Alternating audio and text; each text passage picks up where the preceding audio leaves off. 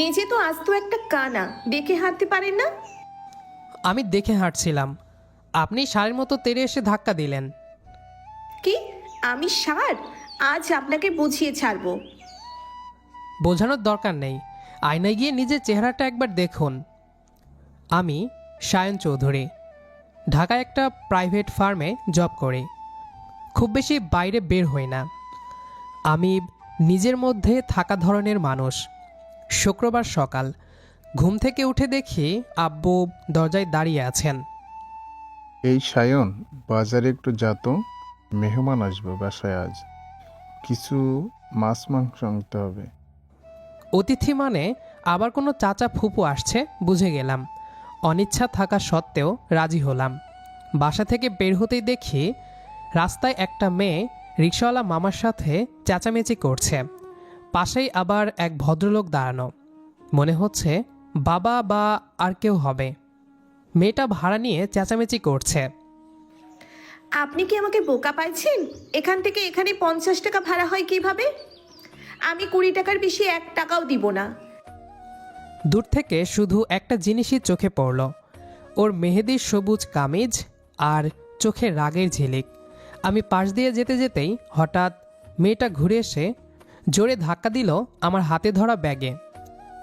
দেখে হাঁটতে পারেন না নাকি? আমি তো দেখে হাঁটছিলাম, আপনি উল্টো এসে ধাক্কা দিলেন। মেয়েটা ভ্রুকুচকে তাকালো। আমাকে দোষ দিচ্ছেন আবার? নিজেই তো আস্ত একটা কানা। শুধুমাত্র এক জায়গায় যাব বলে কিছু বললাম না, নয়তো বুঝিয়ে দিতাম আপনাকে। আমি বিরক্ত হয়ে বললাম, হ্যাঁ হ্যাঁ জানা আছে আপনি কি করতে পারবেন, ওই ষাঁড়ের মতো চেঁচামেচিই করতে পারবেন। কি? আমি ষাঁড়? বিশ্বাস না হলে আয়নায় গিয়ে দেখুন। এই বলেই আমি এড়িয়ে চলে গেলাম, সোজা বাজারে চলে যাই। মনে মনে বলি, কি আজব মেয়ে, সকাল সকাল মুডটাই খারাপ করে দিল। বাজার থেকে ফিরে বাসায় ঢুকতেই আব্বু বলল, এই সায়ন, আয় আয়, দেখ কে এসেছে। আমার ছোটবেলার বন্ধু আর তার মেয়ে, ওরা আজকে এসেছে। বসার ঘরে ঢুকতেই আমার চোখ একদম স্থির হয়ে গেল। সেই রাগী মেয়েটাই সোফায় বসে পানি খাচ্ছে, যাকে দেখেছিলাম সকালে ভাড়া নিয়ে ঝগড়া করতে। মেয়েটা আমাকে দেখে চোখ বড় বড় করে উঠল। আমি ফিসফিস করে বললাম, আপনি? আপনি এখানে কেন? আমার বাসায় আমি থাকবো না তো কি ষাঁড় থাকবে? আব্বু হাসতে হাসতে বললেন, পরিচয় করিয়ে দেই, এটা নীলা, আর এই যে তোর আঙ্কেল। আমি আঙ্কেল আন্টিকে সালাম দিলাম, তারপর কুশল বিনিময় করলাম। নীলা শিষ্টভাবে হাসলো আব্বুর দিকে, আর আমার দিকে তাকাতেই সেই রাগী আগুনটা আবার টুকটুক করে জ্বলে উঠল। আব্বু আঙ্কেলের সাথে গল্পে মশগুল, আর আমি আর নীলা দুজন দুই দিকে তাকিয়ে আছি, যেন কেউ কাউকে দেখলেই আবার আগুন জ্বলে উঠবে। বিকেলবেলা ওনারা বের হয়ে যেতেই আমি সোফায় বসে মাথা চুলকে ভাবলাম, যাক বাবা বাঁচলাম। কিন্তু শান্তিটা বেশিক্ষণ টিকল না। আব্বু দরজার দিকে তাকিয়ে বললেন, সায়ন, কাল নীলাদের বাসায় যেতে হবে। তোর আঙ্কেল এত করে বলল না, গিয়ে উপায় নেই। আমি যেন কথা হারিয়ে ফেললাম। আব্বু, যেতে হবে মানে? আমি গিয়ে কি করব? কি করবি মানে? তুইও নীলা তো একই বয়সী, মিলেমিশে থাকবি। এভাবে মুখ ভার করে থাকলে ভবিষ্যতে মেয়েরাও তোকে ভয় পাবে। শনিবার সকাল, আব্বু মা সাজগোজে ব্যস্ত, আর আমি হাতে শার্ট ধরে দাঁড়িয়ে আছি, যেন ফাঁসির মঞ্চে যাচ্ছি। তাড়াতাড়ি রেডি হয় সায়ন, দেরি করলে মানায় না। আমি নিঃশ্বাস ফেলে প্রস্তুত হলাম। রিকশায় উঠতেই মনে পড়ল, আজ আবার সেই মেয়েটার মুখোমুখি হতে হবে। রাগী চোখ, তীক্ষ্ণ জবাব, ব্যাগে ধাক্কা, সব মনে পড়ে কেমন অস্বস্তি লাগছিল। আঙ্কেলের বাসায় পৌঁছাতেই দেখি নীলা দরজায় দাঁড়িয়ে আছে। কালকের মতো আজও মেহেদি সবুজ, তবে এবার কামিজ না, ফিরোজা রঙের একটা লম্বা কুর্তি। অদ্ভুত সুন্দর, কিন্তু মুখ দেখে বুঝলাম আজও আমার প্রতি তার রাগ অটুট। আমরা ঢুকতেই নীলা হাত জোর করে বলল, আসসালামু আলাইকুম, ভেতরে আসুন। আমাকে দেখে শুধু ভ্রু কুঁচকে তাকালো, কিন্তু কিছু বলল না। দাওয়াতের খাওয়া দাওয়া শেষ। খাওয়া শেষে আঙ্কেল বললেন, নীলা, সায়ানকে ছাদের দিকে নিয়ে যাও তো, একটু বাতাস নিক। আমি সঙ্গে সঙ্গে বললাম, থাক আঙ্কেল, আমাকে বাতাস নিতে হবে না। নীলা কথা কেটে উঠে দাঁড়ালো। চলেন, বাতাস না নিলেও আপনাকে ছাদ দেখাই, হয়তো একটু মুড ফ্রেশ হবে। না চাইতেও রাজি হলাম।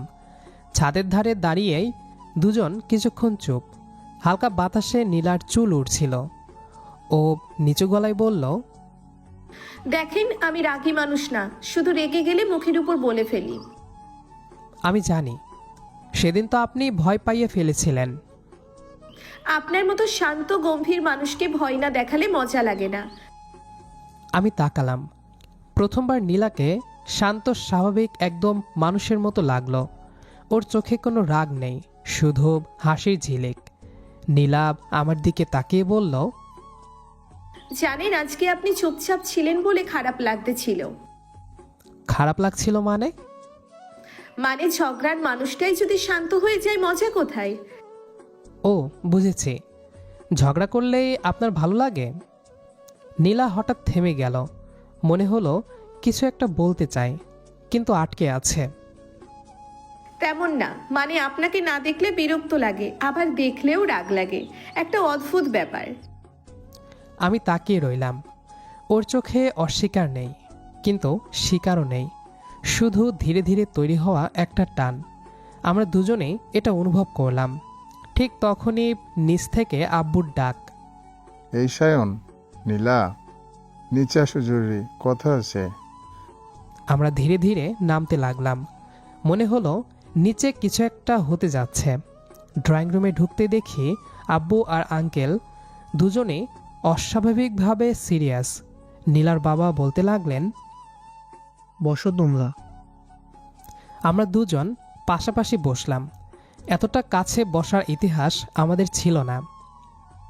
আমরা একটা কথা ভাবছি, আর সেটা তোমাদেরও জানা উচিত। আমার গলা শুকিয়ে গেল। নীলাও অবাক হয়ে তাকালো। আমরা ভাবছিলাম যদি তোমরা একটু নিজেদের ব্যাপারে ভেবে দেখতে। আমরা? মানে কি ব্যাপারে? বিয়ের কথা বলতেছি, আর কি। তাছাড়া এসব আমরা অনেক আগে থেকেই ভেবে রেখেছিলাম, তোমাদের দুজনকে বেশ মানাবে। আমার নিঃশ্বাস আটকালো। নীলার চোয়াল নিচে নেমে গেল, আর দুজনেই একসাথে বললাম, বিয়ে? এরপর চোখাচোখি। আমরা দুজনই চুপ। কেউ না মানছে, কেউ না বলছে, কেউ না হাসছে, কিন্তু দুজনের চোখেই একটা অদ্ভুত চাহনি। ড্রয়িং রুমের বাতাস যেন এক মুহূর্তে জমে গেল। আমরা পাঁচজন বসে আছি, কিন্তু ঘরের নিস্তব্ধতা মনে হচ্ছিল। কারো নিঃশ্বাসও ধ্বনি করছে না। আব্বু আর আঙ্কেল দুজনেই স্বাভাবিক। স্বাভাবিক থাকাটা তাদেরই কাজ, কিন্তু আমার আর নীলার অবস্থা। আমরা দুজনেই মনে হচ্ছিল হঠাৎ কেউ মাথায় ইট ফেলে দিয়েছে। আব্বু হালকা হাসি দিয়ে আবার বললেন, আমরা ভাবছিলাম যদি তোমরা রাজি থাকো তাহলে আমরা বাকি কথা আগাবো। আমি? মানে আমরা? এই মানুষটা কে? আব্বু, আমি মানে এভাবে হঠাৎ। হঠাৎ নয়, আমরা ছোটবেলা থেকে ভাবছিলাম। তুমি আর নীলা বয়সে কাছাকাছি, স্বভাবটাও, যদিও স্বভাব একটু বেশি কাছাকাছি ঝগড়ার দিকে। নীলা আমার দিকে তাকিয়ে বলল, আরে, আমি কার সাথে বিয়ে করব সেটা আমি ঠিক করব, আর ওনার সাথে তো নয়। এত অভদ্র গম্ভীর বিরক্তিকর মানুষের সাথে কথা বলতে জানে না, তাকে বিয়ে করব? আমি তৎক্ষণাৎ বললাম, আপনিও তো কম নন। এত রাগী, এত চেঁচামেচি, এত বেপরোয়া। এই পৃথিবীতে আরও সহজ ভদ্র মেয়েও আছে। তো করুন গিয়ে, আমাকে কেন? আমি আপনাকে বিয়ে করতেও চাই না। আচ্ছা আচ্ছা, এত তাড়াহুড়ো করে কে বলল এখনই বিয়ে করতে? আমরা কেবল বললাম ভাবতে। হ্যাঁ, ভাবতে দুজনেই একটু সময় নাও, সময় আছে, আমরা চাপ দিচ্ছি না। দাওয়াত শেষে বাসায় ফিরছি। রিকশার হাওয়ায় মাথা ঠান্ডা হওয়ার উচিত ছিল, কিন্তু মাথা আরও গরম। আব্বু বললেন, নীলা মেয়ে খারাপ না সায়ন, তুই তো অনেক গম্ভীর, ওর মতো কারো দরকার তোর লাইফে। আব্বু পলিটিক্স করবেন না প্লিজ, আমার কোনো ইন্টারেস্ট নাই। রাতে বিছানায় শুয়ে মাথা ঘুরছে। নীলার সাথে বিয়ে অসম্ভব। এই মেয়েকে তো 5 মিনিট সহ্য করা যায় না। কথায় কথায় ঝগড়া করে। এমন মেয়েকে বিয়ে করা মানে দৈনিক আগ্নেয়গিরির পাশে বসে থাকা। ভাবতে ভাবতেই ফোন বেজে উঠল। একটি নতুন মেসেজ। নীলা মেসেজ দিয়েছে। আমি চোখ গোল করে ফোন হাতে নিলাম। একটা কথা ছিল, কি? আজকে যা হয়েছে আর তাতে আপনি না বলেছেন ভালোই হয়েছে। আমরা দুজন দুজনকেই সহ্য করতে পারি না, বিয়ের কথা ভাবলেই ভয় লাগে। আমি হাত চুলকে ভাবলাম, ঠিকই তো বলেছে। হ্যাঁ, আমিও রাগে ছিলাম। চিন্তা নাই, বিয়ের বিষয়টা হবে না। ঠিক আছে, কিন্তু আপনি কাউকে ভুল বোঝাবেন না। পরিবার যেন ভাবে আমরা স্পষ্টভাবে নারাজ। এটা পরে বুঝলাম মেয়েটা সিরিয়াস। যতটাই রাগী হোক, নিজের ভবিষ্যৎ নিয়ে সুস্থ চিন্তাশীল। চিন্তা নাই, সবাইকে ক্লিয়ার করে দেব। মেসেজ সিন করে রেখে দিল। নীলা অনলাইনে থেকেও আর কিছু লিখল না, আমিও কিছু লিখলাম না। ফোনটা পাশে রাখলাম। এই মেয়ে আমার জন্য না, একদমই না, 100% না। কেটে গেল 1 মাস। এর মধ্যে নীলার সাথে আমার কোনো যোগাযোগ হয়নি। অবশ্য নীলা মাঝে মাঝে কথা বলতে চাইতো, কিন্তু আমি বলিনি, কারণ একসময় বুঝতে পারি নীলা কিছুটা হলেও বদলেছে, হয়তো পরিবারের চাপে। কিন্তু আমি ওকে কখনোই পছন্দ করিনি। অফিসে বসে কাজ করছিলাম, এমন সময় আব্বুর কল। সায়ন, আজ সন্ধ্যায় নীলাদের বাসায় যাব। আমি চিৎকার করে উঠলাম, আবার কেন? আব্বু প্লিজ, আমরা বিয়ে করতে রাজি না, তারপরও কেন? আমি যেতে পারবো না। আমি চিৎকার করে বলার পরও আব্বু ফোনের ওপাশে হতাশ গলায় বললেন, ঠিক আছে না, গেলেও হবে, কিন্তু একটা জিনিস জানতে হবে তোকে। আমি বিরক্ত হয়ে বললাম, আবার কি নতুন ঝামেলা? আব্বু এক মুহূর্ত চুপ করে থাকলেন। তারপর যেটা বললেন সেটা শুনে আমার বুক হুড়মুড় করে নেমে গেল। নীলার আব্বু কল দিছিল, নীলা আগামীকাল রাতে কানাডা চলে যাচ্ছে স্থানীয়ভাবে। আমি যেন কানে বিশ্বাস করতে পারছিলাম না। আমার গলা শুকিয়ে গেল। মানে কোথায়? কেন? এত হঠাৎ?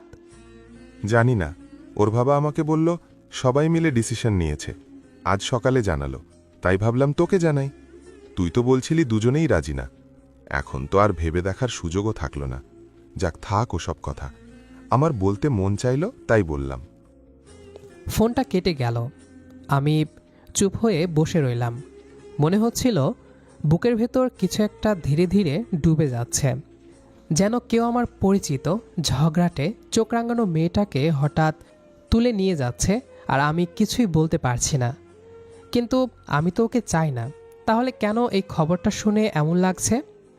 মাইন্ডকে ঝাঁকাতে চাইছিলাম, ঠিক তখনই ফোনটা ভাইব্রেট করলো। নীলার মেসেজ। শুনেছি আপনি নাকি আসতে চান না। ঠিকই করেছেন, অযথা দেখা করার দরকার নেই। আমি রাগী হয়ে রিপ্লাই দিতে যাচ্ছিলাম, কিন্তু আঙ্গুল থেমে গেল। তারপর ধীরে লিখলাম, তুমি নাকি চলে যাচ্ছ? মেসেজ দেখা মাত্রই টিক দিল, কিন্তু রিপ্লাই এলো প্রায় 2 মিনিট পর। হ্যাঁ, সব ঠিকঠাক, দোয়া করবেন। আমি বসে রইলাম। মনটা অদ্ভুত হয়ে গেল, হাত মোবাইলের বক্সের মতো ঠান্ডা। হঠাৎই কিছু সিদ্ধান্ত হঠাৎই আসে। বাবা মা চান আমি বিদেশে চলে যাই, ওইখানে মামারা থাকেন, ওনাদের কাছেই থাকবো। আপনাকে আর আমার রাগ সহ্য করতে হবে না। এখন আরামেই রাগ করতে পারলাম না। এই কথাটায় কেমন যেন একটা খালি খালি লাগলো। ঠিক তখনই নীলা আবার লিখল, আমি যেতে চাইনি, কিন্তু পরিবার জোর দিচ্ছে। যাই হোক, এই পর্যন্ত ছিল আমাদের ঝগড়া, ভবিষ্যতে আর দেখা হবে না বোধহয়। সেখানে একটা ছোট্ট ইমোজি।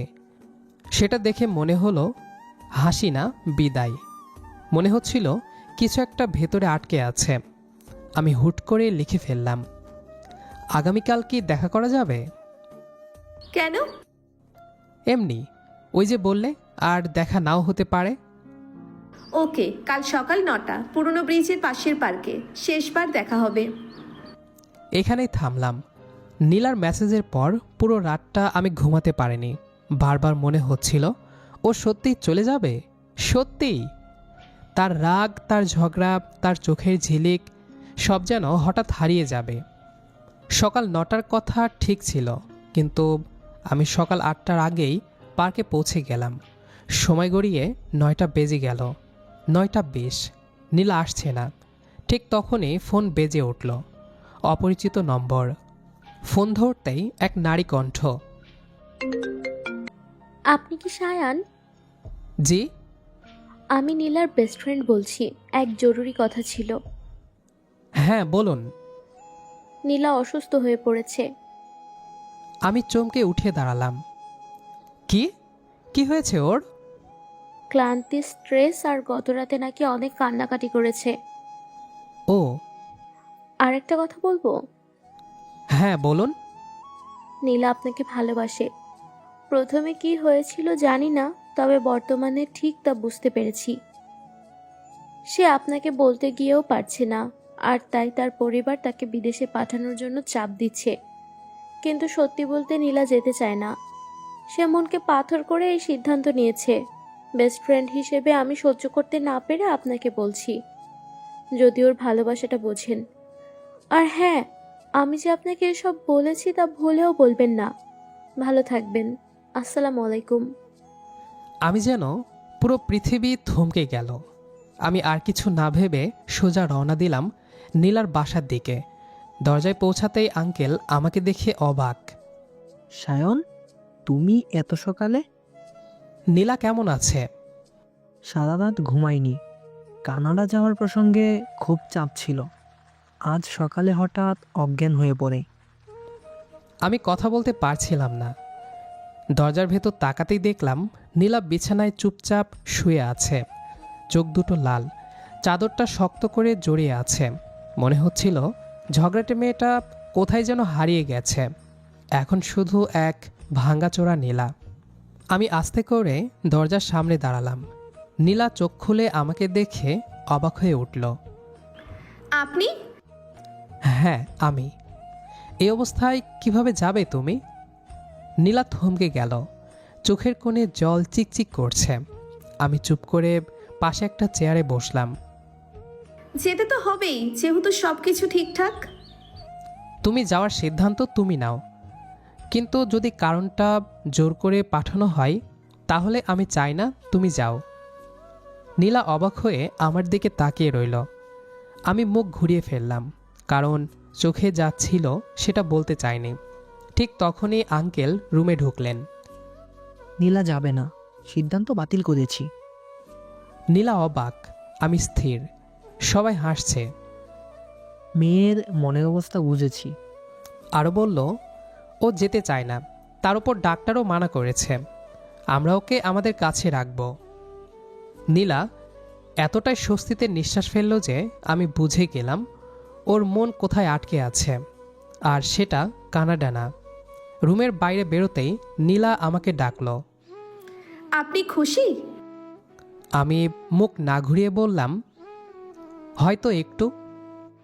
আপনার গম্ভীর মুখটার বেশি দিন দেখলে হয়তো আমার রাগ ধীরে ধীরে কমে যাবে। আর আমার রাগ? সেটা তো আমার উপরেই থাকে, তাই না? নীলার কানাডা যাওয়ার কথা বাতিল হওয়ার পর দুই পরিবারের মধ্যেও একটা স্বস্তি ফিরে এলো। আমি নীরব হলেও অদ্ভুত খুশি। নীলা ওর স্বাভাবিক রাগী স্বভাব নিয়ে আবার হাজির। পরের কয়েকদিন আমরা দুজনেই ধীরে ধীরে একে অপরকে বোঝার চেষ্টা করলাম। শুরুতে ছোট ছোট আড্ডা, বাজার থেকে কিছু কিনে নিতে বের হওয়া, ছাদের ধারে একসাথে চা খাওয়া। প্রত্যেকটা মুহূর্তে আমাদের মধ্যে ছোট ছোট হাসি, চোখের যোগাযোগ, হালকা ঝগড়া সব মিলিয়ে এক অদ্ভুত টান তৈরি করছিল। একদিন ছাদের ধারে নীলা চুপচাপ দাঁড়িয়েছিল। আমি কাছে গিয়ে বললাম, কি ভাবছ? কিছু না, শুধু মনে হচ্ছে এমন সময়ই ভালো লাগে। আপনাকে পাশে পেয়ে মনে হয় শান্তি। আমি অবাক হয়ে তাকালাম। এই প্রথম সে স্বীকার করলো যে আমার সঙ্গে থাকা ভালো লাগছে। আমাদের মধ্যে প্রথমবার ঝগড়া ছাড়া সত্যিকারের সংলাপ। কিছু একটা অদৃশ্য বন্ধন তৈরি হচ্ছিল। দিনগুলো চলে যেতে লাগলো। হঠাৎ এক বিকেলে নীলাব মুচকি হাসি দিয়ে বলল, আপনি জানেন কি, আমি আজ সকাল থেকেই আপনাকে মনে করছিলাম। আপনার সঙ্গে কথা না বলে মন খারাপ হয়ে যেত। বাহ, তাই নাকি? তা এত মিস করার কারণ কি? নীলা লজ্জায় চোখ নামিয়ে নিল। হঠাৎ এক রোমান্টিক মুহূর্ত। আমরা দুজনেই চোখ চেয়ে দেখলাম। মনে হলো সব রাগ, সব ঝগড়া হারিয়ে গেছে, শুধু একে অপরের জন্য ছোট্ট টান। এমন অবস্থায় আমরা সিদ্ধান্ত নিলাম, এখন ধীরে ধীরে বিয়ে নিয়ে ভাবার সময় এসেছে। প্রথমে আমি শুধু আব্বুর সঙ্গে আলোচনা করলাম। অবশ্যই আব্বু খুশি, কিন্তু আগের মতো চাপ দিচ্ছেন না। নীলাও তার আব্বুর সঙ্গে কথা বলল। পরবর্তী সপ্তাহে দুই পরিবারের মধ্যে মিটিং হলো। সবাই আলোচনা করলো। শেষমেশ দুই পক্ষই সম্মতি দিল। সবাই খুশি।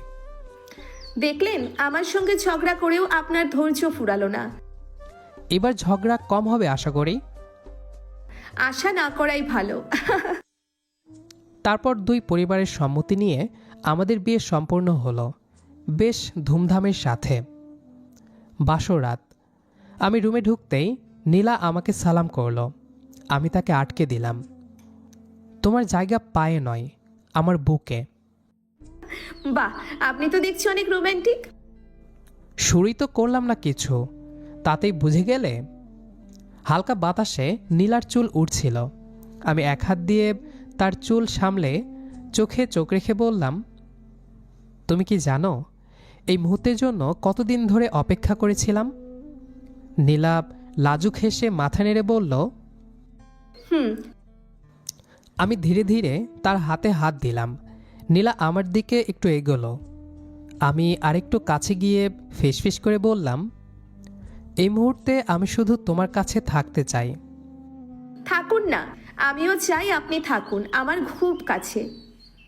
আমার চোখ গেল নীলার ঠোঁটের দিকে। তার ঠোঁট কাঁপছে। আমি ধীরে ধীরে আমার ঠোঁট এগোলাম। তারপর তার ঠোঁটের সাথে ঠোঁট মিলিয়ে দিলাম। নীলা চোখ বন্ধ করে শুধু অনুভব করল। ধীরে ধীরে দুজনের ছোঁয়া গভীর হতে লাগলো। কিন্তু আমি নিজেকে সামলে নিলাম। প্রথম দিন, আমি চাই না নীলা কোনো কষ্ট ফিল করুক। আমি ধীরে ধীরে তার ঠোঁট ছেড়ে দিলাম। নীলা আমার দিকে তাকালো, যেন এই চোখ দিয়েই মেরে ফেলতে চায় আমাকে। নীলার দুই হাত নিজের হাতে নিয়ে বললাম, আজ থেকে সব ভয়, সব ঝগড়া, সব রাগ, সব কিছু আমাকে দিয়ে দিও, আমি সামলে নেব। নীলা হেসে মাথা তুলে তাকালো। চোখে সেই আগের রাগী ঝিলিক নেই, আছে শুধু ভরসা। সে আমার কাঁধে মাথা রাখতেই আমার বুকের ভেতর থেকে যেন ভারী কিছু নেমে গেল। আমি আলতো করে নীলাকে বুকে টেনে নিলাম। আপনি জানেন, আমি ভাবতাম আপনার কাছে এভাবে বসতে পারবো না কোনোদিন। আমি তো শুরু থেকেই চাইতাম এই জায়গা শুধু তোমার জন্য রেখে দিতে। এত কথা তো আগে কখনো বলেননি। কারণ সুযোগ পাইনি। তুমি তো সবসময় রাগ করে রাখতা। নীলা হাসল। সে হাসি যেন পুরো রুমের বাতাস বদলে দিল। তারপর আস্তে করে আমার হাত চাপল। আজ রাগ করব না, আজ কেবল আপনার হব। আমি নীলার কপালে একটা পরম চুম্বন রাখলাম। ও চোখ বন্ধ করে ফেলল। ঠোঁটে মিষ্টি এক হাসি। আর সেই মুহূর্তে মনে হলো সব ঝগড়া, সব ভুল বোঝাবুঝি, সব দূরত্ব আমাদের দুজনকে শুধু এক জায়গায় এনে দাঁড় করানোর জন্যই ছিল। নীলা, আজ থেকে তুমি শুধু আমার স্ত্রী না, আমার শান্তি। আমরা অনেকক্ষণ চুপচাপ বসে রইলাম। কোনো তাড়াহুড়ো নেই, কোনো ভয় নেই, শুধু দুজন মানুষ খুব ধীরে পরস্পরের কাছে আসছে। নীলা আমার বুকের ওপর হাত রাখল। আপনার হৃদস্পন্দন এত জোরে বাজছে কেন? কারণ তুমি কাছে আছো। আমি এতটা গুরুত্বপূর্ণ? হ্যাঁ, কারণ তুমি না এলে আমার জীবন ফাঁকা হয়ে যেত। আজ এভাবে আপনাকে পেয়ে মনে হয় সব ঝগড়া, সব রাগ শুধু সময় নষ্ট ছিল। আমি ওর কপালে নরম করে চুমু রাখলাম। নীলা চোখ বন্ধ করে আমার বুকের আরও কাছে সরে এলো। ঘরের নরম আলো, জানালার ঠান্ডা বাতাস আর আমাদের দুজনের ধীর শ্বাস, সব মিলিয়ে এক অদ্ভুত শান্ত এক পরিবেশ তৈরি হয়েছিল। নীলা আমার দিকে তাকিয়ে ফিসফিস করে বলল, আপনি আজ আমাকে যা অনুভব করালেন তা মনে থাকবে সারা জীবন। আমি ওর আঙ্গুলগুলো জড়িয়ে বললাম, নীলা, আজ রাতটা শুধু রোম্যান্স না, এটা আমাদের দুজনের নতুন জীবনের দরজা। নীলা মাথা আমার বুকে রাখল। ধীরে ধীরে তার শ্বাস শান্ত হলো আর আমরা দুজনেই অনুভব করলাম ঝগড়া থেকে শুরু হলেও আমাদের গল্পটা শেষমেশ এভাবেই হওয়ার কথা ছিল। এক গভীর শান্ত ভালোবাসায় ভরা রাতের মধ্যে আমাদের নতুন জীবনের প্রথম অধ্যায় শুরু হলো। হয়তো সব ভালোবাসার গল্প একসাথে শেষ হয় না, কিছু গল্প থেকে যায় অসম্পূর্ণ, তবুও হৃদয়ের ভাঁজে চিরকাল বেঁচে থাকে। আজকের এই গল্পটাও হয়তো কারো জীবনের সঙ্গে মিলে যাবে, কারো না বলা অনুভূতিকে ছুঁয়ে যাবে নিঃশব্দে। ভালোবাসা মানে শুধু পাওয়া নয়, কখনো কখনো নীরবে ছেড়ে দেওয়াও এক ধরনের গভীর ভালোবাসা। যদি গল্পটা আপনার হৃদয় ছুঁয়ে যায় তাহলে অবশ্যই ভিডিওটিতে একটি লাইক দিন, আপনার অনুভূতিটা কমেন্টে জানাতে ভুলবেন না। আর এমন আরও হৃদয় ছোঁয়া রোমান্টিক গল্প শুনতে আমাদের চ্যানেলটি সাবস্ক্রাইব করে পাশে থাকুন। আপনাদের ভালোবাসাই আমাদের অনুপ্রেরণা। আবারও দেখা হবে নতুন কোনো গল্পে, নতুন কোনো অনুভূতিতে। ততক্ষণ পর্যন্ত ভালো থাকুন, ভালোবাসায় থাকুন। আল্লাহ হাফেজ।